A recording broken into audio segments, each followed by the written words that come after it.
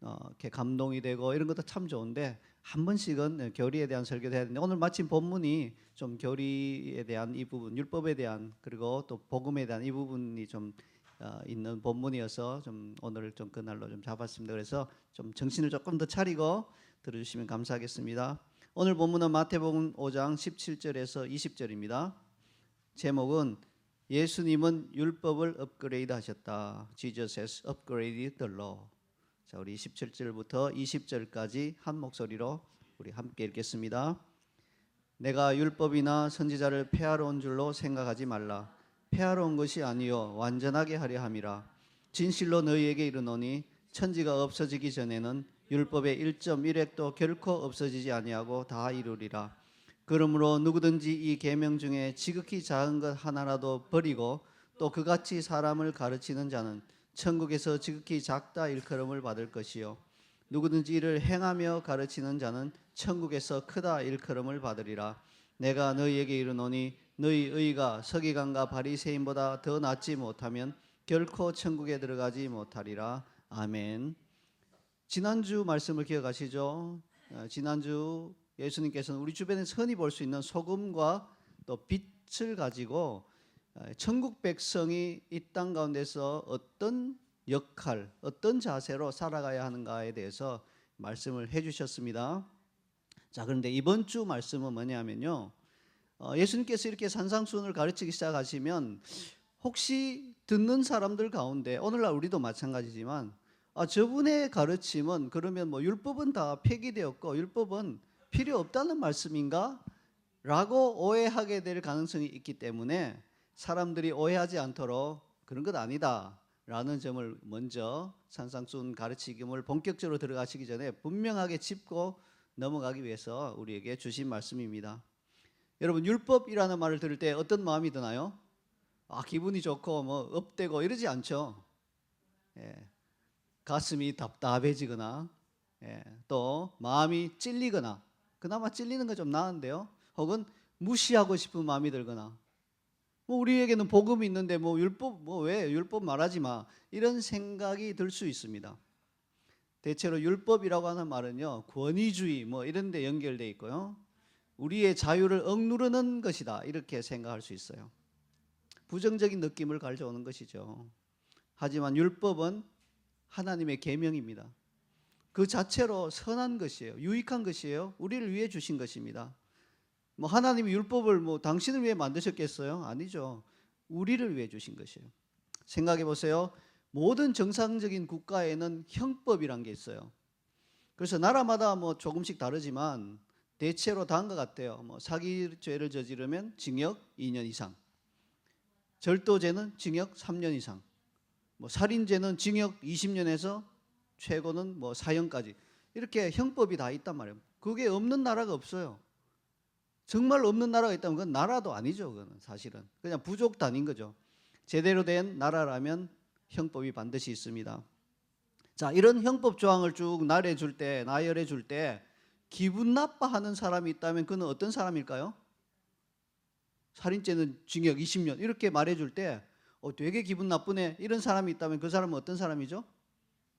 살인한 자죠. 내가 지금 당할 것 같으니까 그거 없으면 좋겠다, 이 생각에 기분 나빠하는 거예요.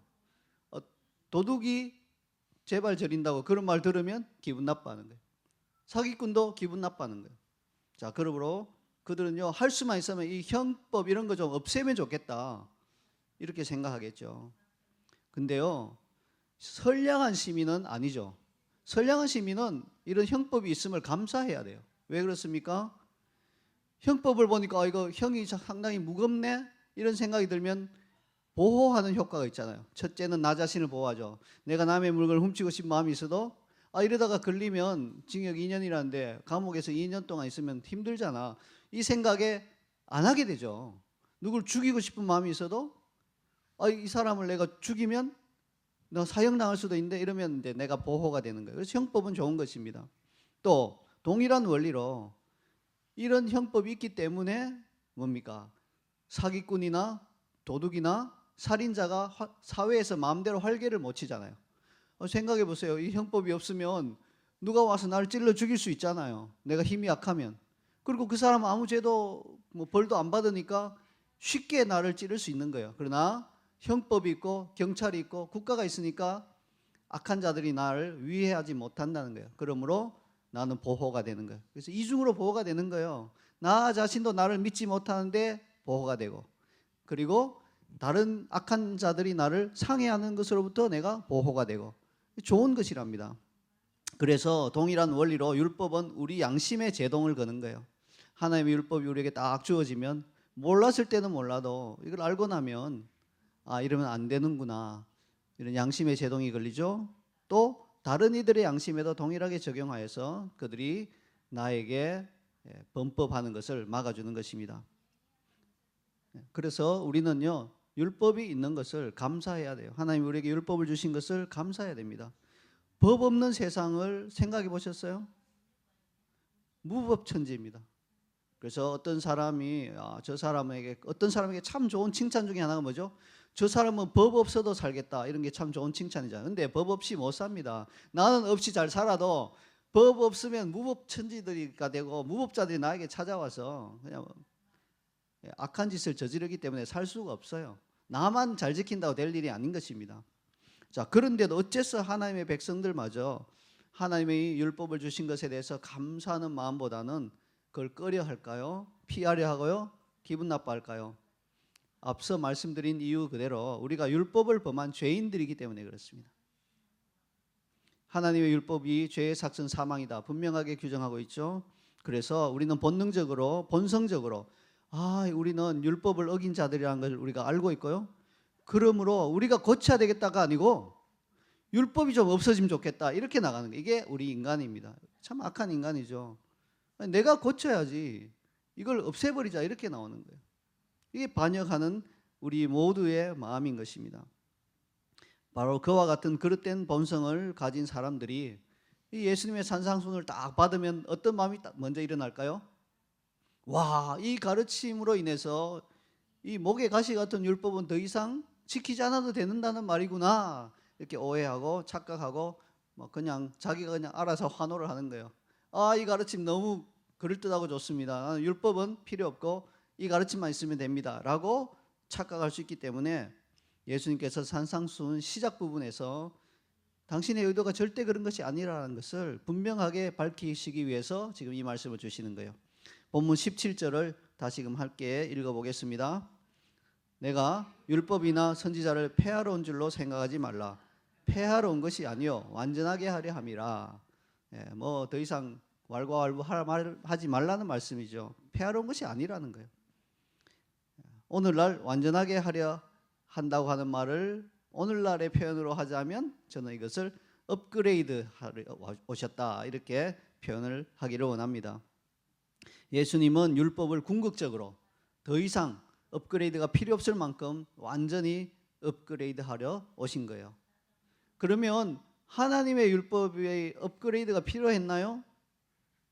필요했어요. 왜냐하면 율법을 주셨지만 죄인이 자꾸 피할 길을 자꾸 찾으니까 구멍이 있다는 거예요. 그래서 그 구멍을 다 막아버리신 거예요. 더 이상 빠져나가지 못하도록. 자, 성경학자들은 통상적으로 율법을 세 종류로 분류를 해요.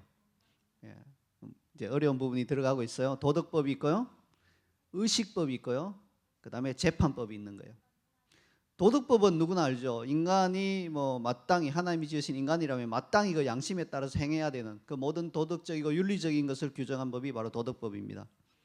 십계명이 그 대표적인 예이죠. 도덕법은 하나님을 믿지 않는 이방 국가들에서도 거의 엇비슷해요. 어떤 나라에 가도 다 도둑질 하지 말라 하고요, 어떤 나라에 가도 살인하지 말라 해요. 도덕법은 거의 비슷합니다. 그리고 의식법은 하나님의 백성이 지켜서 행해야 될 의식에 관한 법이에요. 제사라든지 혹은 어떤 정결한 음식, 부정한 음식 이런 것에 관한 법이 의식법입니다. 이것은 이스라엘 백성에게만 적용이 되는 거죠. 마지막으로 재판법은 도덕법과 의식법을 어긴 자들을 어떻게 처리해야 할까 하는 재판에 관한 법이에요. 예컨대 도둑질한 자는 어떤 식으로 배상하고 처벌받아야 하는지, 부정한 사체에 접촉한 자는 어떤 식으로 정하게 될 수 있는지, 이런 것들을 규정한 법이 바로 재판법입니다. 재판법은 사회 질서를 유지하기 위한 규정이므로 시민법이라고도 부릅니다. 자, 이렇게 세 가지 기억하세요. 뭡니까? 도덕법, 의식법, 재판법. 이 세 가지가 있어요. 근데 대부분 성경학자들은 뭐라고 말하냐면요, 성육신하신 하나님의 아들 예수 그리스도께서 이 땅에 오셔서 십자가 죽으시고 부활하심으로 또 그분의 가르침을 따라서 시작된 신약 시대부터는 하나님의 율법 중에서 의식법과 재판법은 폐지되었다, 이렇게 말해요. 도덕법만 준수하면 된다, 이렇게 이야기하고 있습니다. 자, 이런 주장 자체는 뭐 큰 무리가 없죠. 맞습니다. 그렇지만 제가 보기에는 한 가지 문제가 있어요. 뭐냐면 이 죄로 타락한 인간들이요, 뭐가 폐지됐다 하니까 뭐 깊이 생각해 보지도 않고 그 율법이 폐지됐어? 아이고 할렐루야네, 이렇게 받아들일 위험이 있다는 거예요. 도덕법은 그대로 살아있고 오히려 강화되었는데도 전체를 싸잡아서 이거 폐지됐구나, 이렇게 오해할 위험이 있다는 거예요, 제가 봤을 때는. 그래서 어떤 사람들은요, 뭐 10계명마저 더 이상 지킬 필요가 없다, 이런 과감한 그러나 무식한 주장을 하는 사람들까지 나타나게 된다는 거예요. 노, 아니에요.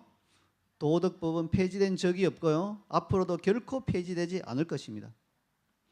예수님께서 진실로라고 하는 말을 사용하셔서 강조하신 것처럼 천지가 없어지기 전까지는요, 율법의 1.1획도 결코 없어지지 아니하고 다 이룰 것입니다. 이게 주로 도덕법에 관한 거예요. 천지가 없어져도 이 10계명이 폐지되는 일은 없다고 강조하신 것이죠. 그래서 저는 율법과 관련하여서는요, 폐지라고 하는 말 자체를 안 꺼내야 한다고 생각해요.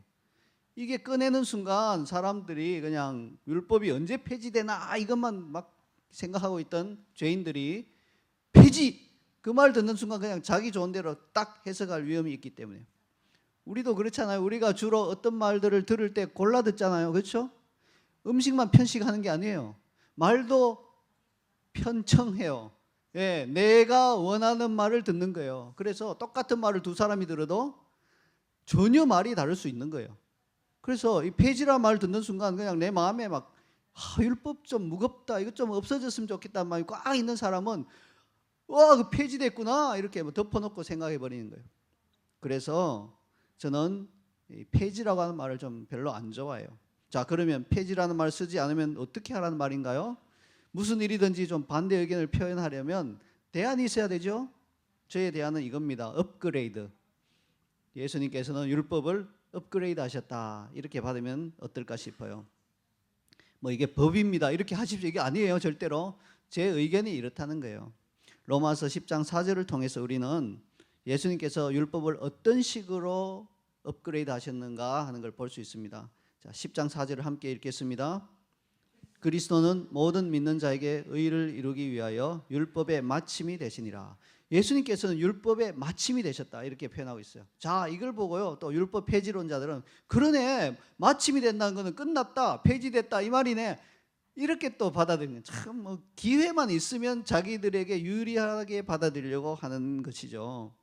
그런데 이 구절은요, 그걸 주장하는 게 아니죠. 마침이 되신다는 말은 더 이상 업그레이드가 필요 없다, 온전하게 하신다, 이 말이에요. 그래서 그리스도를 통해 율법은 완성된다는 뜻으로 받아들여야 돼요. 이렇게 해석해야만 이 구절이 율법을 완전하게 하러 오셨다고는 한 예수님의 방금 우리가 읽은 말씀과 매치가 되잖아요. 그죠? 예수님께서 여기서는 이런 말씀하셨는데 로마서에서는 다르게 말씀하면 이상하잖아요. 이게 완성하러 오셨다, 마침이 되었단 말은 완성하러 오셨다, 제 말로 하면 완전히 업그레이드하러 오셨다, 이렇게 받아야 정상적인 것입니다. 자, 그러면 율법이 예수 그리스도를 통해서 업그레이드 되었다면 이제 방금 말씀드린 이 세 종류의 율법이 실제적으로 각각 어떤 식으로 업그레이드 되었는지 조금 더 자세히 살펴보도록 하겠습니다. 자, 먼저 도덕법입니다. 도덕법이 예수님의 가르침을 통해 어떤 식으로 업그레이드 되는가 하는 것은요, 자명하죠. 뭡니까? 한마디로 말하자면 도덕법은 행위로부터 마음으로 업그레이드 된 거예요. 무슨 말입니까? 예수님이 이전에 도덕법은 행위에 관한 법이었어요. 살인하지 말라 하면 살인을 하면 죄가 되고 살인 안 하면 죄가 안 되는 거예요. 그러니까 살인하고 싶은 마음이 막 여기까지 올라와 있어도 율법을 어긴 것은 아닌 게 되었어요. 살인을 해야만 이게 죄가 되는 것입니다. 훔치고 싶은 마음이 들어도 이게 죄가 되는 게 아니라 훔쳐야 죄가 되는 거죠. 제가 아직도 기억나는데 초등학생 어렸을 때 친구가 100원짜리인 것 같아요. 그때 100원이면 큰 돈이었어요. 그때 호떡 3개 다 사 먹고 2개, 3개 사 먹을 수 있는 큰 돈이었어요. 100원을 떨어뜨리고 막 찾는 거예요. 와, 그 100원을 내가 가지고 싶다. 그런 마음을 찾아주는 척하면서 그 마음을 품고 있으면 구약시대 율법으로는 어긴 게 아니에요. 제가 그때 한 행동처럼 그 10원, 100원짜리를 밟고 있으면서 찾는 척하는 것, 이게 이제 문제가 되는 거죠. 아무리 찾아도 없네 이렇게 하고 그 친구가 실망하고 갔을 때 발밑에서 그 100원을 꺼내 가져가서 호떡 사 먹은 거, 이게 죄가 되는 거잖아요. 예수님 믿고 나서 그게 막 생각나더라고요. 제가 그런 짓 거의 안 한 것 같은데 그게까지 생각이 나서 그것도 막 회개했어요. 행할 때 죄가 되는 거예요. 마음을 품고 있으면 죄가 안 되는 거죠. 뭐 안 된다기보다는 문제가 되지 않는 것입니다. 그런데 예수님께서는요, 그 이어지는 말씀 보면 마음에 대해서 다루고 있죠. 형제에 대해서 막 노하는 자마다 다 살인한 자, 이렇게 말씀하고 있잖아요. 예수님께서는 바로 율법을, 도덕법을 어떻게 업그레이드 하셨냐요? 행위로부터 마음으로 업그레이드 하셨어요. 바로 이 때문에 도덕법에서는 구약의 율법보다 신약의 계명이 범법자들이 빠져나갈 수 있는 그물이 훨씬 더 촘촘해졌습니다. 이 그물이 굉장히 많이 작아져 버린 거예요. 그래서 옛날에는 뭐 안 걸리기만 하면 된다, 혹은 뭐 심지어는요, 혹은 뭐 아니 뭐 마음으로 품는 게 무슨 죄냐 하던 사람들도 아니다. 예수님 분명하게 말씀하셨죠. 마음으로 음욕을 품거나 마음으로 노하거나 이 모든 게 다 죄가 된다. 하나님의 율법을 어기는 것이다 라고 업그레이드 하신 것입니다. 그래서 여러분, 우리가요, 오늘날 신약시대를 사는 우리가 다른 사람들을 미워하고 용서하지 못하고 쓴 마음을 가지고 있고 이런 모든 것들이 다 하나님의 계명에 걸리는 거예요. 사실은 회개해야 됩니다. 내가 직접 뭐 그렇게 행하지 않았으니까 아니에요. 업그레이드 된 겁니다. 그러니까 더 촘촘해진 것이죠. 자, 그 다음으로 생각해 볼 것은 의식법입니다. 자, 의식법은 어떤 식으로 업그레이드 되었을까요? 그것은요, 하나님께서 제정해 주신 규정을 그대로 준수하는 것에서부터 이제 영적인 적용으로 업그레이드 된 거예요. 더 이상 제사를 드릴 필요는 없죠. 우리가 뭐 날마다 제단을 쌓아놓고 거기에 짐승을 잡아서 각을 뜨고 제사를 드려라 이런 건 없어졌어요, 사실. 그러나 그게 저는 이게 폐지됐다 이렇게 말하기보다는 이게 영적 의미로 업그레이드 되었다 이렇게 말하기를 원한다는 것이죠. 자, 먼저 의식법 중에 그러면 제사에 관한 규정을 하나 예로 들어보겠습니다. 예수님 이전에는요, 다양한 제사 제도가 제사에 관한 다양한 제도가 있었어요. 이러한 제사는 이렇게 드리고, 어떤 제물에는 소금을 치고, 어떤 데는 치지 말고, 어떤 데는 그걸 각을 뜨고, 뭐 어떤 거는 흔들어서 드리고, 복잡해요, 사실. 이 제사장만 알 수 있는 굉장히 복잡한 그런 제도를 드린 거죠. 이걸 정확하게 지켜야 돼요. 이거 어기면요, 이거는 하나님의 율법을 어긴 게 돼서 심각한 문제가 발생하는 겁니다. 레위기 6장 12절에는 매일 드리도록 규정되어 있는 상번제에 관해서 이렇게 명령하고 있습니다. 우리 함께 읽어볼까요? 제단 위에 불은 항상 피워 꺼지지 않게 할지니 제사장은 아침마다 나무를 그 위에 태우고 번제물을 그 위에 버려놓고 화목제의 기름을 그 위에 불사를 찌며. 자, 의식법에 속한 이 규정에 따르면 번제단의 불은 꺼뜨리면 안 되는 것이었어요. 24시간 밤에도 항상 타고 있어야 돼요. 그러니까 제사장들 힘들죠. 밤에 여러분 불이 꺼질 것 같으면 또 계속해서 나무를 넣고 이렇게 해야 되는 거예요. 나무를 한꺼번에 막 많이 집어넣어서 될 일이 아니잖아요. 여러분 대부분 젊은 분들 모르겠지만 연탄 갈아보셨어요? 네, 연탄을 한 5장 한꺼번에 넣고 떼면 밤새도록 가면 좋은데 그게 안 되는 거예요. 2장만 딱 들어가죠. 그래서 위에 걸 밑에 넣고 다시 새 거를 위에 넣는 작업을 새벽 2시나 뭐 3시나 4시나 이렇게 5시나 해야 되는 거예요. 저도 이제 가서 막 새벽에 이렇게 연탄 그 집게로 찝어서 이렇게, 그게 쉽지 않아요. 불 훌훌 타는 거를 다 꺼내서 위에 걸 밑에 넣고 밑에 거는 버리고 새 거를 위에 놔야 되니까 그것도 구멍 맞춰서 놔야 돼요. 구멍 안 맞으면 꺼뜨려 버리면 혼나요. 그래서 쫙 이렇게 구멍을 맞춰야 돼요. 그 구멍을 맞추는 동안 또 막 연기가 올라오잖아요. 뭐 이게 뭔 소리야? 이 젊은 애들은 보일러 켜지 왜 그러세요? 이런 느낌인데 다 연탄으로 뗀 거예요. 이런 것을 안 하면 율법을 어긴 게 되는 거예요. 그래서 아론의 두 아들인 나답과 아비후는요, 여호와 앞에 다른 불을 갖다 드리다 귀찮았나 봐요. 아마 귀찮았나. 그래서 다른 불을 갖다 드렸는데 귀찮았는지 혹은 바로 이 나답과 아비후가 죽은 다음에 하나님께서 명령하시기를 제사장들은 술 마시지 말아라. 특별히 이거 할 때 섬길 때 성막 이런 데 섬길 때 술 마시지 마라. 딱 나온 걸로 봐서는 술이 좀 취했나 봐요. 술이 좀 취하니까 아유 뭐 귀찮기도 하고 하니까 다른 불 갖다 드려버린 거예요. 그 자리에서 타 죽었습니다. 불이 나와서 타 죽어버렸어요.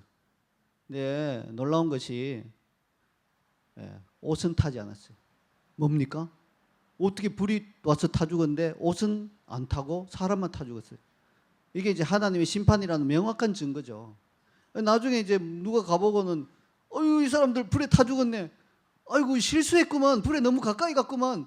이렇게 오해하지 않도록 옷은 그대로 있고 몸만 불에 타 죽었어요. 이게 무서운 거죠. 하나님의 심판, 율법을 어겼기 때문에 이렇게 된 겁니다. 그러면 제사 제도가 사라진 오늘날은 이 모든 것들이 다 폐지된 걸까요? 네, 표면적으로 그렇죠. 우리는 더 이상 뭐 제사를 드리거나 뭐 신경 쓰 안 해도 돼요. 여러분 보세요. 연탄이 뭐로 업그레이드 됐어요? 보일러로 업그레이드 된 거잖아요. 우리가 그러면 연탄 없어지면 막 냉골에 계속 떨며 살아요. 그거 아니잖아요. 연탄이 없어지면 더 나은 보일러가 온 거잖아요. 이와 마찬가지로 이 제사 제도는 다 없어졌어요. 안 해도 돼요. 그러나 그 자체가 완전히 사라지고 잊어버려도 되고 제단 위에 불은 항상 피어 꺼지지 않게 하라. 이 나하고 아무 상관없는 말이야. 이게 아니라 이 규정을 영적 의미로 승화시켜 적용하는 것이 필요합니다. 그게 우리의 영적 삶에 굉장히 큰 도움이 되는 겁니다. 어떻게 적용하면 될까요?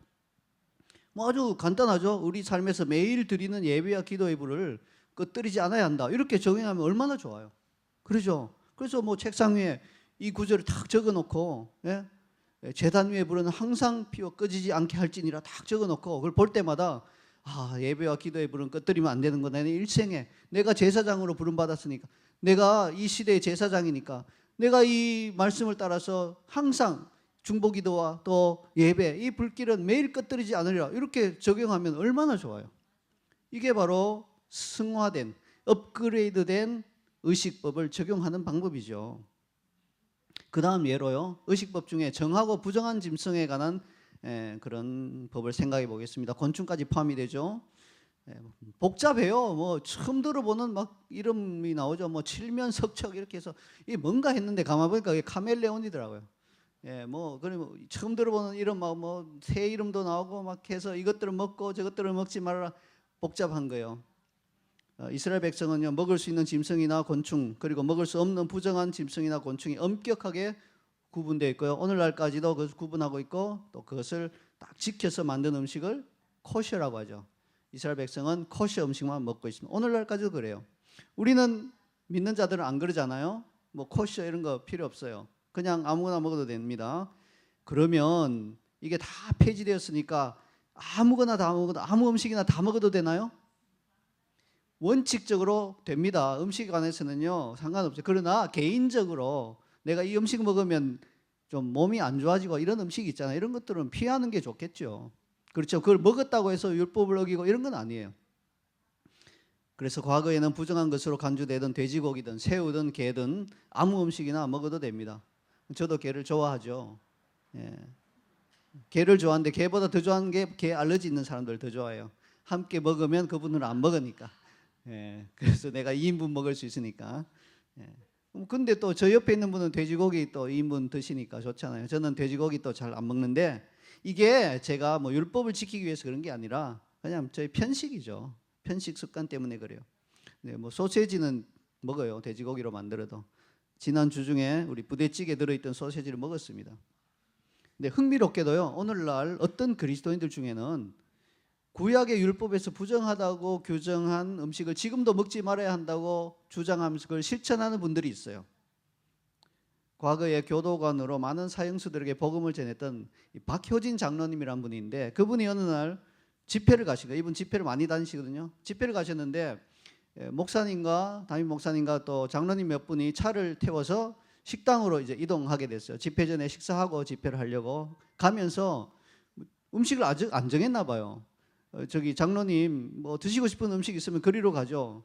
그래서 이 박효진 장로님 별 생각 없이 갑자기 양념 돼지갈비를 먹고 싶어서 제가 양념 돼지갈비를 좀 먹고 싶은데요 말씀드렸는데 갑자기 표정이 싸늘하게 변하고 이 몇 분이 다 약속이라도 한 듯이 표정이 싸늘하게 변한 거예요. 그래서 이게 이분들이 돼지고기를 안 좋아하시나 생각인데 알고 보니까 안 좋아하시는 게 아니라 담임 목사님이 어떤 확고한 철칙을 또 원칙을 갖고 계시네. 뭐냐면 구약에 부정하다고 한 음식을 안 먹는 것이 옳다 이렇게 하고 교회도 그렇게 가르치신 거예요. 그러니까 이 돼지고기가 부정한 거잖아요. 그러니까 강사가 먹으러 가지 않으니까 이제 분위기가 싸해져 버린 거죠. 저는 이 구약의 의식법을 지키고자 하는 이분들의 노력을 폄하할 생각은 없어요. 그렇지만 이런 일에 우리가 신앙의 초점을 맞춰서 뭘 먹고 안 먹고에 관심 가지기보다는 그것을 실천하는 것, 이걸 업그레이드된 영적 의미로 승화시켜서 실천하는 것이 훨씬 더 도움이 된다고 확신합니다. 그래서 과거의 구약의 백성들은 어떠할 때 이 정하고 부정한 것에 대해서 어기게 되나 하면요, 부정한 걸 먹을 때 어기게 되는 거죠. 그러면 이제 문제가 생기고 그걸 정하게 할 때까지 뭔가 또 다른 어떤 과정들을 거쳐야 했어요. 베드로도 하늘에서 보자기가 내려오면서 온갖 도마뱀이나 이런 거 있을 때 안 먹겠다 했잖아요. 그래서 안 먹는 거예요. 자기를 지키는 거죠. 이걸 영적 의미로 어떻게 승화시킬 수 있나요? 뭐 간단하죠. 우리 영적 위장에 하나님 이 세상의 것들, 부정한 것들, 하나님 보시기에 부정한 것들은 넣지 않겠습니다. 이렇게 승화시켜 적용하면 아주 좋은 의미가 되는 것이죠. 우리가 이것을 업그레이드해서 적용할 수 있는 하나의 좋은 방법인 것입니다. 더 구체적이고 세부적인 것은 각자 성령님께 받아서 하시면 되는데 그냥 뭐 과거에 뭐 부정한 거 다 없어졌어. 이제 아무 음식이나 먹어도 돼. 끝. 이렇게 하는 것보다는 업그레이드 되고 승화된 것으로 받는 것이 훨씬 더 유익하다는 것입니다. 이제 마지막으로 생각해 볼 것은요, 재판법입니다. 재판법은 신정 국가인 이스라엘에서 사용됐던 율법이니까요. 오늘날 그대로 적용할 수는 없어요. 그러므로 성경학자들은 재판법 역시 폐지되었다고 합니다. 그렇지만 재판법 역시 우리는 업그레이드된 것으로 이해하고 실천할 수 있어요. 예를 들면요, 자, 배상에 관한 법을 생각해 보겠습니다. 구약의 재판법에 따르면 타인의 물건을 도둑질하거나 손해를 끼친 사람은 여러 배를 배상하게 돼 있죠. 보통 4배를 배상하라고 그랬어요. 그래서 삭개오도 예수님 만났을 감격 가운데 자발적으로 제가 4배를 배상하겠습니다. 남에게 해를 끼쳤다면 이렇게 나오고 있죠. 이게 그냥 생각해서 4배가 좋겠다가 아니라 율법을 근거로 해서 말한 것이죠. 그렇지만요, 우리가 우리에게 손해를 끼친 사람을 탁 이제 볼 때 우리가 뭐라고 말할 수 있어요? 오늘날 말이에요. 오늘날 손해를 끼친 사람을 탁 만나서 야, 구약에는 4배라고 하고 돼 있어. 4배 내놔 하든지, 구약에 4배지만 난 2배만 받을게 2배 내놔 하든지, 아니면 구약에는 4배라 하지만 나는 그냥 손해반 그대로만 받을게 내놔 라고 하는 게 은혜롭고 하나님의 영광을 드러내고 빛을 비출 거야. 아니면 너가 나에게 손해를 끼쳤지만 나는 너에게 어떠한 것도 요구하지 않겠다. 그냥 용서하겠다. 난 아무것도 받지 않겠다 하는 게 더 하나님의 빛을 비추고 영광이 될까요? 자명하죠. 근데 그건 우리가 힘들잖아요. 쉽지 않죠. 여기에 우리의 믿음과 우리의 신앙이 필요한 것입니다. 이렇게 우리가 우리 나름대로 이 구약의 재판법도 업그레이드해서 적용할 수 있어요. 구약의 그 율법은 배상하라 나오지만 나는 업그레이드해서 주님의 사랑으로 용서하겠다, 안 받겠다, 이렇게 되면 뭐 굉장한 복음의 빛을 비추는 것이 되는 것이죠. 반대로 내가 누구에게 손해를 끼쳐서 그럼 어떻게 해야 돼요? 야, 업그레이드 됐어, 받지 마, 이건 아니에요. 우리 적용을 잘해야 돼요. 구약에는 4배로 갚아라 하지만 나는 4배를 넘어서서 너가 만족할 때까지 내가 용서를 구하고 갚으려고 내가 노력하겠다, 이런 자세로 나가야 되는 거예요. 이게 업그레이드 된 거잖아요. 그래서 우리가 폐지됐다, 재판법도 끝났다라고 받기보다는 업그레이드 되었다. 그래서 성령께서 감동 주시는 대로 상대방이 잘못했으면 내가 조건 없이 용서하고, 상대방 마음을 아프게 했으면 내가 최선을 다해서 그가 됐다 할 때까지 내가 이렇게 만회하려고 하는 이런 자세, 이것이 바로 업그레이드된 것이겠습니다. 이상으로 우리는 예수님께서 율법을 폐하러 오신 것이 아니라 업그레이드, 즉 완전하게 하려 오셨다는 것을 영적 의미를 넣어서 생각해 보았습니다. 그럼에도 불구하고 예수님은 혹시라도 우리가 율법이 폐지된 것이 아닌가 하고 그렇게 생각하지 않도록 이어지는 구절에서 다시 한번 당신이 하신 말씀의 대못을 박아서 확정하십니다. 18절을 우리 함께 읽어볼까요? 시작.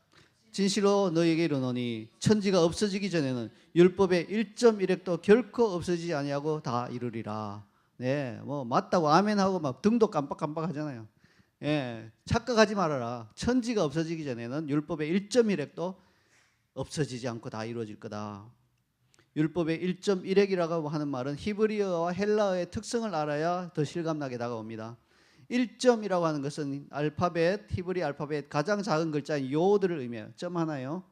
1획은 헬라 알파벳 가장 작은 글자인 이오타를 의미해요. 이 삐침 하나요. 삐침 하나. 특히 히브리어 요드는 아주 작은 점이에요. 그래서 이런 농담이 있어요. 히브리어로 된 문서가 있는데 파리가 날아서 앉았다가 가면서 신뢰를 했대요. 응가를 했대요. 그리고 점 하나 딱 찍히고 날아갔대요. 문서의 의미가 달라져 버린대요. 점 하나 때문에. 예, 그런 농담이 있다는 거죠. 그래서 이걸 뭐 우리말로 바꾸어 말하자면 토시 하나 틀리지 않고 이 말이에요. 예수님의 말씀 뭡니까? 천지 계획이 되기 전까지는 율법의 가장 작은 점 하나도 없어지지 아니하고 다 이룰 것이라는 말씀입니다. 이 정도로 강조해서 말씀하시면 우리가 알아들어야 되겠죠. 율법은 폐지된 게 아닙니다. 자, 이어지는 구절은 그래도 혹시 모르니까 예수님도 좀 집요한 면이 있어요. 예, 그래도 인간들이 또 뭐 그래도 이렇게 할까봐 그 다음 구절은 만약 우리가 율법은 폐지되었으므로 지키지 않아도 된다고 가르친다면 어떤 일이 일어날지를 알려주십니다. 19절을 함께 읽겠습니다. 그러므로 누구든지 이 계명 중에 지극히 작은 하나라도 버리고 또 그같이 사람을 가르치는 자는 천국에서 지극히 작다 일컬음을 받을 것이요 누구든지 이를 행하며 가르치는 자는 천국에서 크다 일컬음을 받으리라. 자, 또 이 구절을 읽고 막 환호하는 사람들이 있을 것 같아요. 와, 이거 뭐 예수님 말씀에 따르면 율법의 계명을 버리고 또 그렇게 사람을 가르쳐도 일단 천국에는 갈 수 있네?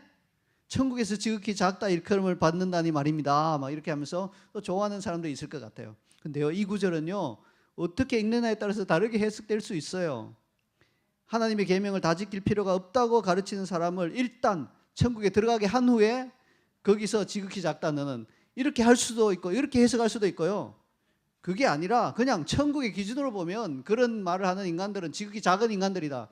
천국에 들어올지 안 올지를 알 수 없는 걸 수도 있어요. 그러니까 너무 지레 짐작해서 일단 간 다음에 뭐 작다 할 것 같은데 이렇게 자기가 자기 생각대로 해석하면 안 된다니까요. 성경을 이렇게 자기 생각대로 해석하면 나중에 아니면 어떻게 하겠어요? 그런 적 없는데 하면 어떻게 하겠어요? 100번 양보해서 그런 사람이 천국에 갈 수 있다 하더라도 아니 천국에서 지극히 작다고 일컬음 받아도 그게 좋고 환호할 일이에요? 아니잖아요. 크다 일컬음을 받아야 되죠. 그러려면 율법의 작은 계명 하나라도 지키면서 또 그같이 사람을 가르쳐야 하는 것입니다. 이게 예수님께서 율법에 대해서 하신 말씀이에요. 오늘 본문 마지막 구절은요, 제가 처음 교회에 다니기 시작하고 나서 또 성경 읽기 시작했을 때 저에게 엄청난 충격을 주었던 구절이에요. 20절을 함께 읽겠습니다.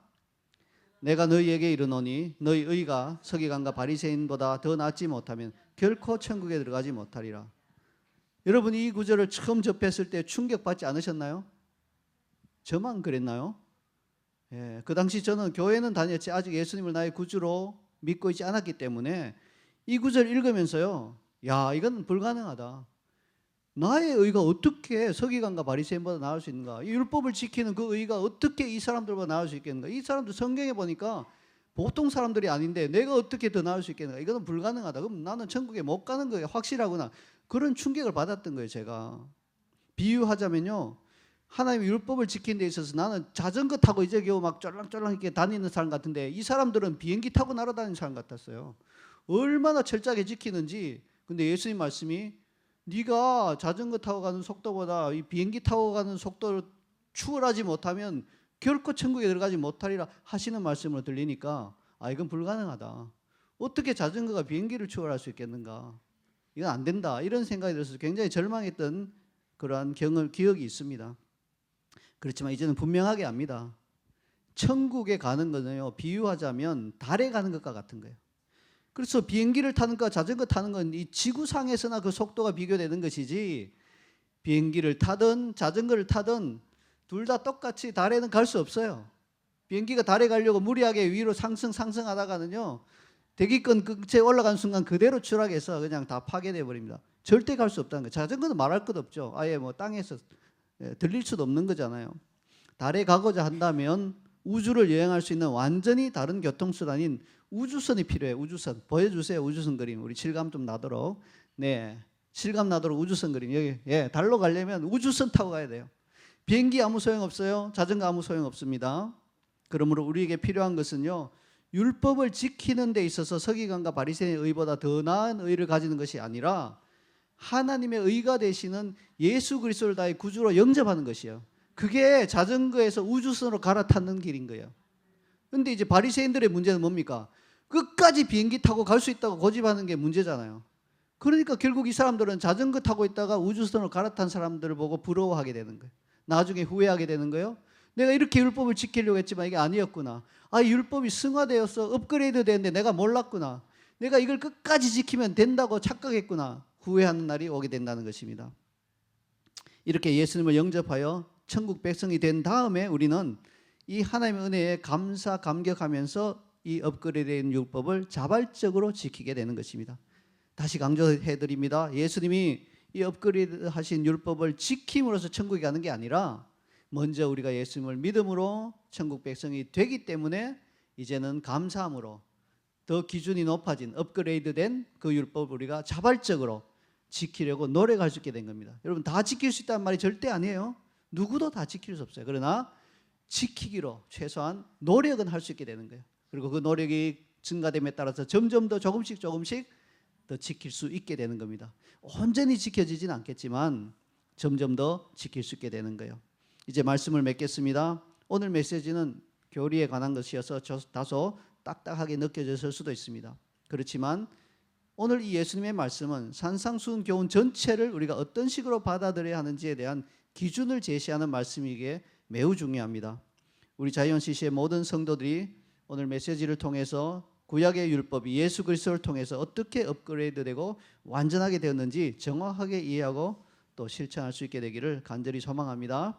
아멘. 우리 오늘 들으신 말씀 이렇게 보시면서 여러분, 우리 주님 앞에 한번 기도하기 원합니다. 하나님, 제가 율법을 어떻게 생각하고 있었고 어떻게 받아왔는지, 또 그것이 예수님을 통해서 어떻게 완성되고 완전하게 되고 업그레이드 되는지 한번 돌아보시면서, 하나님, 아직은 제가 연약하고 부족하여서 하나님의 율법을 주님 온전히 지키지 못하지만 주님의 율법을 내 마음에 새기고 지킬 수 있도록 노력하는 그리스도인이 되게 해달라고 우리 기도하며 나가도록 하겠습니다. 함께 기도하겠습니다.